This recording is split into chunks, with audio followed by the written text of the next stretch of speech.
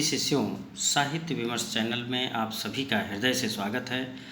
आज के इस वीडियो में मैं संस्कृत दिग्दर्शिका का बड़ा ही महत्वपूर्ण अध्याय सदाचारोपदेशा का हिंदी अनुवाद प्रस्तुत करूंगा। वीडियो के अंत तक आप लोग मेरे साथ जुड़े रहें और एक एक श्लोक का हिंदी अनुवाद देखें। जो पहला श्लोक है आपके सदाचारोपदेशः का, सबसे पहले बताना चाहूँगा कि सदाचारोपदेशः का मतलब होता है सदाचार का उपदेश, यानी सदाचरण क्या होता है और उसका क्या उपदेश है, इस अध्याय में बताया गया है। तो एक एक श्लोक का देखें आप लोग अनुवाद। सबसे पहला है संगच्छध्वं संवदध्वं समवो मनांसि जानताम देवा भागम यथा पूर्वे सज्जनाना उपासते। संगच्छध्वं, संगच्छध्वं में गच्छ धातु आया है। गच्छ का मतलब होता है चलना या जाना। और संवदध्वं, तो वद का मतलब होता है बोलना। संवदध्वं साथ साथ बोलो, और संगच्छध्वं साथ साथ चलो। संगच्छध्वं संवदध्वं सम वो मनांसि जानताम, साथ साथ चलो, साथ साथ बोलो, और सम वो मनांसि जानताम, मनांसि का मतलब मनों को, जानताम मतलब जानो, और अपने मनों को मिल करके जानो, अर्थात मनों में एकता स्थापित करो।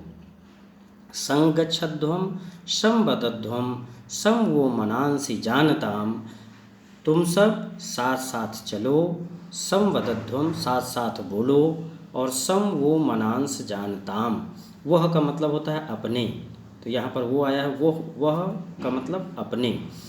अपने मनों को मिलकर जानो, अर्थात अपने मनों में एकता स्थापित करो।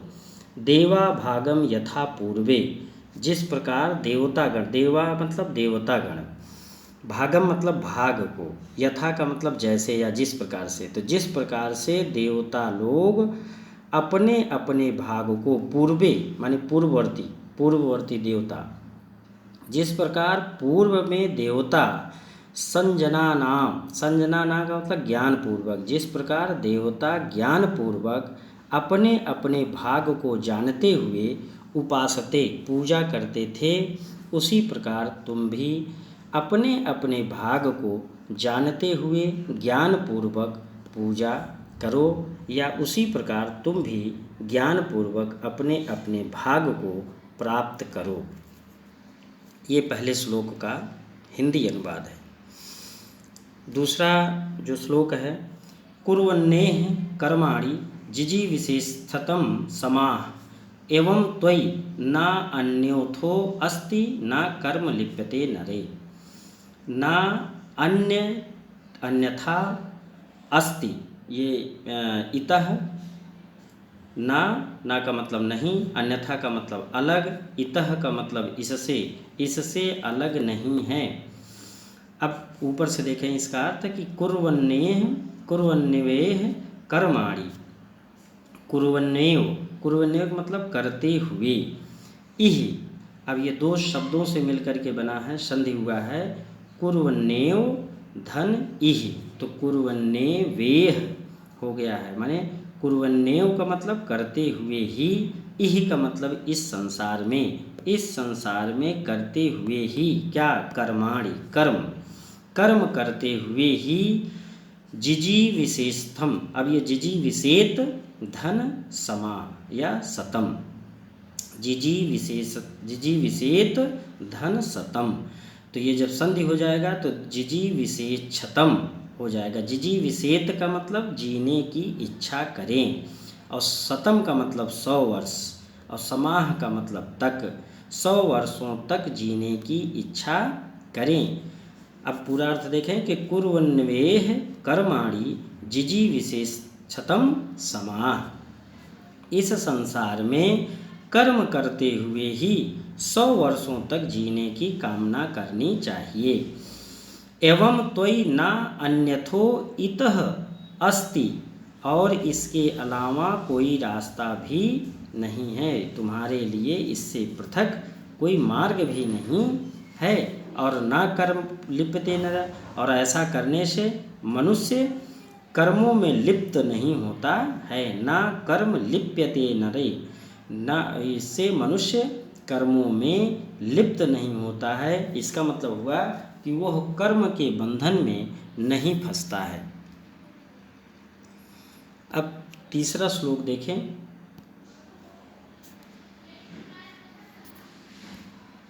तीसरा श्लोक है मधुमन में निष्कर्मणम मधुमन में परायणम वाचा बादामि मधुमद भूयासम मधुसर्दिशम मधुसर्दिशः।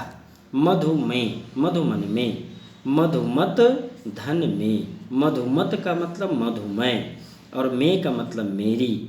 निष्कर्मणम, निष्कर्मण मतलब प्रवृत्ति या संलग्न होना या लगे रहना या जुड़ना।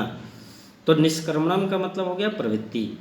मधुमत धन में और धन निष्कर्मणम, अर्थात मेरी निष्कर्मणम, मेरी प्रवृत्ति कैसी हो? मधुमय हो। हे ईश्वर, सांसारिक कार्यों में मेरी प्रवृत्ति मधुमय हो, अर्थात मेरे संबंध मधुर हों। और मधुमन में परायणम, मेरी निवृत्ति। परायणम का मतलब होता है निवृत्ति या संबंध विच्छेद।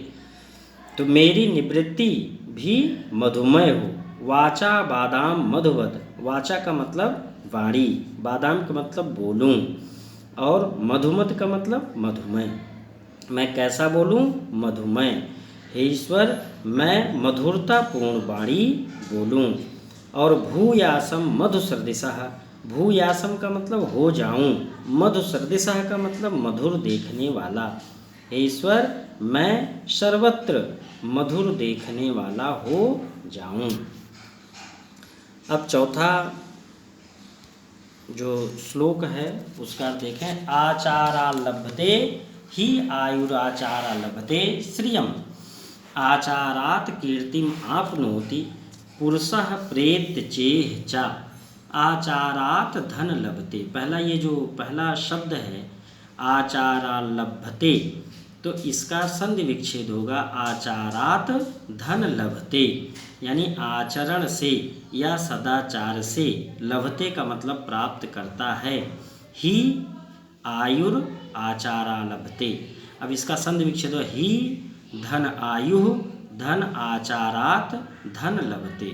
ही हे आयुराचार लभते, तो ही का मतलब होता है निश्चित रूप से, आयु का मतलब आयु या उम्र, और अब इसका यहाँ से अर्थ देखें। आचारा लभते ही आयुर, यानी निश्चित रूप से आयु प्राप्त करते हैं, लंबी आयु प्राप्त करते हैं। सदाचार से निश्चित रूप से मनुष्य आयु प्राप्त करता है। और फिर आगे संधि विच्छेद के आगे देखें कि आचारात लभते श्रियम, श्रियम मतलब धन, और आचरण से क्या प्राप्त होता है? लक्ष्मी या धन की प्राप्ति होती है। आचारात कीर्तिम आपनोति, आपनोति का मतलब प्राप्त करता है। क्या? कीर्ति। कीर्ति का मतलब यश या प्रसिद्धि। आचरण से ही वह कीर्ति प्राप्त करता है। पुरुषः प्रेत्य चेह चा, पुरुष यानी मनुष्य, प्रेत्य, तो प्रेत्य का मतलब होता है मृत्यु के बाद या परलोक में। और चा धन इह का मतलब इस लोक में या इस संसार में। और चा का मतलब और। प्रेत्य चेह चा, प्रेत्य धन चा धन इह, यानी मृत्यु के बाद और परलोक में या इस लोक में यश की प्राप्ति करता है। फिर से इसका अर्थ देखें। आचारा लभते ही आयुर, आचरण से निश्चित रूप से मनुष्य आयु प्राप्त करता है। आचारा लभते यानी आचारात धन लभते धन श्रियम, आचरण से ही धन की प्राप्ति होती है। आचारात कीर्तिम आपनोत, और सदाचार से ही मनुष्य पुरुषः प्रेत चेह चा, इस लोक में और उस लोक में यानी मृत्यु के पश्चात परलोक में यश को प्राप्त करता है। ये चौथा श्लोक है। और पांचवा है ए नास्तिका निष्क्रियाश्च गुरुशास्त्र तिलंघिनः अधर्मज्ञः दुराचारास्ते भवन्ति गतायुषः।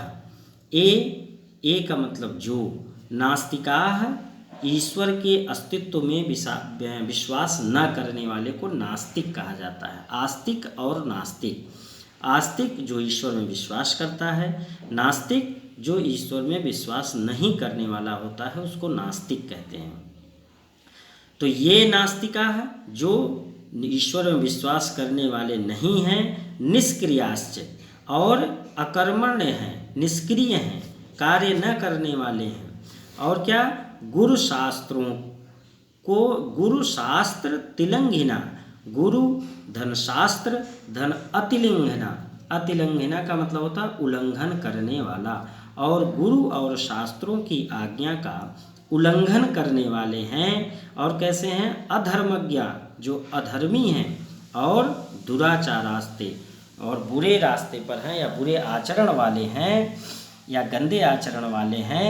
भवन्ति गतायुषः, गतायुषः का मतलब कम आयु वाले या अल्पायु वाले, वे सब अल्पायु होते हैं। अब पूरा अर्थ इसका देखें, ए नास्तिका जो नास्तिक हैं, जो निष्क्रियास्त जो निष्क्रिय हैं, अकर्मण्य हैं जो गुरु और शास्त्रों की आज्ञा का पालन करने वाले नहीं हैं, जो अधर्मी हैं और जो दुराचारी हैं या बुरे आचरण वाले होते हैं, वो भवन्ति गतायुषः, वो अल्पायु होते हैं। अब आगे देखें, पांचवा हो गया, ये छठवां श्लोक है। ब्रह्म मुहूर्ते बुद्धेत धर्मार्थो च अनुचिंतेत उत्थायाचम्य तिष्ठेत पूर्वाम संध्याम कृतांजलि। ब्रह्म मुहूर्त में या सूर्योदय से पहले, ब्रह्म मुहूर्त सूर्योदय से पहले के समय को ब्रह्म मुहूर्त कहा जाता है। तो ब्रह्म मुहूर्ते बुद्धेत, बुद्धेत का मतलब जागना चाहिए, ब्रह्म मुहूर्त में जग जाना चाहिए या सूर्योदय से पूर्व जग जाना चाहिए। और धर्मार्थो चा अनुचिंतेत, धर्म और अर्थ का चिंतन करना चाहिए। चानुचिंतित का मतलब होता है चिंतन करना चाहिए, धर्म और अर्थ के विषय में चिंतन करना चाहिए। उत्थायाचम्य, उठ करके, आचमन करके, आचम्य का मतलब आचमन करके, और उत्थाय चतुर्थी में उठ करके, आचम्य आचमन करके, उठ करके आचमन करके, और कृतांजलि हाथ जोड़ करके, कृतांजलि का मतलब होता है हाथ जोड़ करके, पूर्वाम संध्याम पूर्वी संध्या या प्रातः काल हेतु बैठ जाना चाहिए। पूर्वी संध्या या पूर्व संध्या या प्रातः काल में पूजा अर्चना के लिए बैठ जाना चाहिए। सातवां जो श्लोक है उसको देखें। अक्रोधनः सत्यवादी भूतानाम अहिंसिका अनसूयुरजिहाश्च शतम वर्षाणि जीवति। अक्रोधनः क्रोध न करने वाला, अक्रोधना का मतलब क्रोध न करने वाला, सत्यवादी सत्य बोलने वाला, और भूता नाम का मतलब होता है जीवों की, अविहिंसिकः हिंसा न करने वाला। अक्रोधना सत्यवादी भूतानाम अविहिंसिकः, यानी जो क्रोध न करने वाला है, सत्यवादी है, जीवों पर हिंसा न करने वाला है। अनसूयु अजिहाश्च, अनसूयु का मतलब गुणों में दोष न निकालने वाला या निंदा न करने वाला या दूसरों की बुराई न करने वाला, जो अनसूयु है। अनसूयु का मतलब जो छिद्रानिवेशी प्रवृत्ति का नहीं है, जो गुणों में दोष नहीं निकालता है, तो जो अनसूयु है। और अजिह, अजिह का मतलब कुटिलता से रहित हो, जो निंदा न करने वाला हो और कुटिलता से रहित है। शतम वर्षाणि जीवति, 100 वर्षों तक जीवित रहता है। अब देखें इसका। अक्रोधनः सत्यवादी भूतानाम अविंसिका अनसूयुर अजिहाश्च शतम वर्षाणि जीवति। क्रोध न करने वाला, सत्यवादी, जीवों की हिंसा न करने वाला, दूसरों के गुणों में दोष न निकालने वाला और कुटिलता रहित जो व्यक्ति है वह 100 वर्षों तक शतम वर्षाणि जीवति, 100 वर्षों तक जीवित रहता है। अब 8वां जो श्लोक है उसको देखें। अकीर्तिम विनयो हन्ति हन्त्यर्थम पराक्रमः हन्ति नित्यम क्षमा क्रोधम आचारो हन्त्य लक्षणम। अकीर्तिम अपयश को, अकीर्ति को या अप्रसिद्धि को, अपयश, यहाँ अकीर्तिम का मतलब अपयश, आप जाने सीधा सा अर्थ कि अकीर्तिम अपयश को, विनय विनम्रता, हन्ति, हन्ति का मतलब मारना या नाश करना, विनय सदैव अपयश का नाश करता है। अकीर्तिम विनयो हन्ति, विनय अकीर्ति का या अपयश का नाश करता है। हन्ति धन अनर्थम पराक्रमः, हन्ति नाश करता है, अनर्थम मतलब अनर्थ को, कौन अनर्थ को नाश करता है? पराक्रमः, पराक्रम अनर्थ को नाश करता है। और हन्ति नित्यम क्षमा, क्रोध, जो क्षमा है वो क्रोध को हमेशा नष्ट करता है। सदा क्षमा करना ये जो है क्रोध को नष्ट करता है। हन्ति नित्यम क्षमा क्रोधम, क्षमा क्रोध को नष्ट करता है। और आचारो हन्ति अलक्षणम, अलक्षणम का मतलब दुर्गुणों को, आचार का मतलब सदाचार,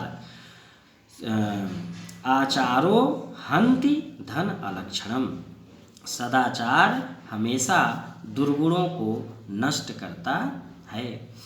अब फिर से देखें इसका अर्थ कि विनय अपयश का नाश करता है, पराक्रम अनर्थ को नष्ट करता है, क्षमा क्रोध को नाश करता है और सदाचार दुर्गुणों को नष्ट करता है। अब 9वां जो श्लोक है। अभिवादनशीलस्य नित्यं वृद्धोपसेविनः चत्वारि तस्य वर्धन्ते आयुर्विद्या यशोबलम। अभिवादनशीलस्य, अभिवादनशीलस्य का मतलब अभिवादन करने की आदत वाले का, जो अभिवादनशील होता है, जो नमस्कार देखते ही नमस्कार करता है, अभिवादनशील होता है। अभिवादनशीलस्य का मतलब अभिवादन करने की आदत वाला। तो नित्यम वृद्धोपसेविना, और जो हमेशा वृद्धोपसेविना, बूढ़ों की सेवा, वृद्धों की सेवा करने वाला है, जो अभिवादनशील है और नित्य हमेशा वृद्धोपसेविना, बूढ़ों की या वृद्धों की सेवा करने वाला है। चत्वारि तस्य वर्धन्ते, उसकी 4 चीज़ें हमेशा बढ़ती हैं। वर्धन्ते का मतलब बढ़ती हैं, उसकी 4 चीज़ें हमेशा बढ़ती हैं। चत्वारि तस्य वर्धन्ते आयुर्विद्या यशो बलम, आयु विद्या यश और बल, इन चारों चीज़ों में हमेशा बढ़ोतरी होती रहती है।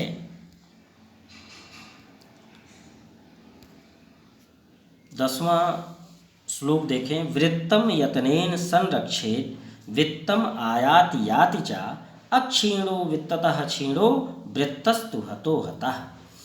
वृत्त का मतलब होता है आचरण और वित्त का मतलब धन, जो वित्त मंत्री होते हैं। तो वित्त का मतलब धन और वृत्त का मतलब आचरण। तो यहाँ पर कहा गया है कि वृत्तम यत्नेन संरक्षेत, वृत्त की यत्नपूर्वक रक्षा करनी चाहिए। वृत्त का मतलब चरित्र, यानी चरित्र की यत्नपूर्वक रक्षा करनी चाहिए। संरक्षेत, संरक्षित मतलब रक्षा करनी चाहिए। और वित्तम आयात याति चा, ये संध विच्छेद हो जाएगा। वित्तम धन आयाति धन याति। तो वित्तम आयाति का मतलब आता है, याति का मतलब जाता है। धन आता है और चला जाता है। वृत्तम यत्नेन संरक्षेत वित्तम आयात याति चा, चरित्र की यत्नपूर्वक रक्षा करनी चाहिए। धन आता है और चला जाता है। अक्षीणो वित्ततः क्षीणो, माने वित्त से क्षीण, वित्त मतलब धन, धन से क्षीण व्यक्ति अक्षीणो, अक्षीण होता है, अर्थात क्षीण नहीं होता है, नष्ट नहीं होता है। किंतु वृत्तस्तु हतो हता, लेकिन चरित्र का हीन व्यक्ति या दुराचारी व्यक्ति मृतक के समान होता है। वृत्तस्तु हतो हता, हतो हता का मतलब मरे हुए के समान। वृत्तस्तु हतो हता, चरित्र का हीन व्यक्ति हतो हता मरे हुए के समान होता है। वृत्तम यत्नेन संरक्षेत वित्तम आयाति याति चा, अक्षीणो वित्ततः क्षीणो वृत्तस्तु हतो हता। वृत्त की यत्नपूर्वक यानी चरित्र की यत्नपूर्वक रक्षा करनी चाहिए। धन आता है और जाता है, और धन से क्षीण व्यक्ति अक्षीण होता है, कमजोर नहीं होता है, नष्ट नहीं होता है। लेकिन चरित्र से हीन व्यक्ति वृत्तस्तु हतो हता, हमेशा वो मरे हुए के समान होता है। अब जो 11वां श्लोक है, सत्येन रक्षते धर्मो, किसकी किससे रक्षा होती है इस श्लोक में दिया गया है। सत्येन रक्षते धर्मो विद्या योगेन रक्षते मृजया रक्षते रूपम कुलम वृत्तेन रक्षते। सत्येन सत्य से, रक्षते रक्षा की जाती है, सत्य से रक्षा की जाती है किसकी, धर्म की। धर्म धर्मो, सत्य से धर्म की रक्षा की जाती है। और विद्या योगेन रक्षते, विद्या योग से रक्षा की जाती है, योग से विद्या की रक्षा होती है। मृजया रक्षते रूपम, मृजया का मतलब होता है स्वच्छता, और रूपम का मतलब रूप या सौंदर्य। तो स्वच्छता से किसकी रक्षा होती है, सौंदर्य की, स्वच्छता से सौंदर्य की रक्षा होती है। और कुलम वृत्तेन रक्षते, और कुल की, परिवार की रक्षा किससे होती है, वृत्त से। वृत्त का मतलब चरित्र से, सच्चे चरित्र से कुल की रक्षा होती है। सत्येन रक्षते धर्मो विद्या योगेन रक्षते मृजया रक्षते कुलम रूपम कुलम वृत्तेन रक्षते। सत्य से धर्म की रक्षा की जाती है, और योग से विद्या की रक्षा होती है, स्वच्छता से सौंदर्य की रक्षा होती है, और सच्चरित्रता से कुल की रक्षा की जाती है। अब इस अध्याय का अंतिम जो श्लोक है वो बड़ा ही महत्वपूर्ण है। आप लोग देखें कि श्रूयताम धर्म सर्वस्वम श्रुत्वा चा अपि अवधार्यताम, चा धन अपि धन अवधार्यताम चाप्यवधार्यताम आत्मनः प्रतिकूलानि परेषां न समाचरेत। श्रूयताम धर्म सर्वस्वम, श्रूयताम का मतलब सुनो, धर्म सर्वस्वम धर्म का सार, धर्म का सार सुनो। श्रूयताम धर्म सर्वस्वम, धर्म का सार सुनो। और श्रुत्वा सुन करके, श्रुत्वा का मतलब सुन करके, चा अपि अवधार्यताम, अवधार्यताम मतलब समझ लिया जाए, अपने आप में धारण कर लिया जाए। और अपि का मतलब भी, चा का मतलब और, चा अपि अवधार्यताम, और उसे धारण भी कर लेना चाहिए। श्रूयताम धर्म सर्वस्वम, धर्म के सार को सुनना चाहिए। और श्रुत्वा चा अपि अवधार्यताम, और सुन करके उसे धारण करनो। आत्मनः प्रतिकूलानि परेषां न समाचरेत। आत्मनः प्रतिकूलानि, आत्मनः का मतलब अपने आप को, प्रतिकूलानि विपरीत, प्रतिकूल का मतलब होता है विपरीत, अपने आप को जो प्रतिकूल लगे, परेषां न समाचरेत, परेशान का मतलब दूसरों के लिए, ना का मतलब नहीं, समाचरित का मतलब मत करो, वह दूसरे के लिए मत करो। ऐसे कर्म जो अपने आप के लिए प्रतिकूल हो, विपरीत हो, उसे दूसरों के लिए नहीं करना चाहिए। आत्मनः प्रतिकूलानि परेषां न समाचरेत, जो अपने आप को प्रतिकूल हो, स्वयं को अनुचित लगने वाला व्यवहार हो, उसे दूसरों के लिए मत करो। इस प्रकार से ये आप का जो संस्कृत दिग्दर्शिका का महत्वपूर्ण अध्याय सदाचारोपदेशा था, यह समाप्त होता है। बहुत बहुत धन्यवाद।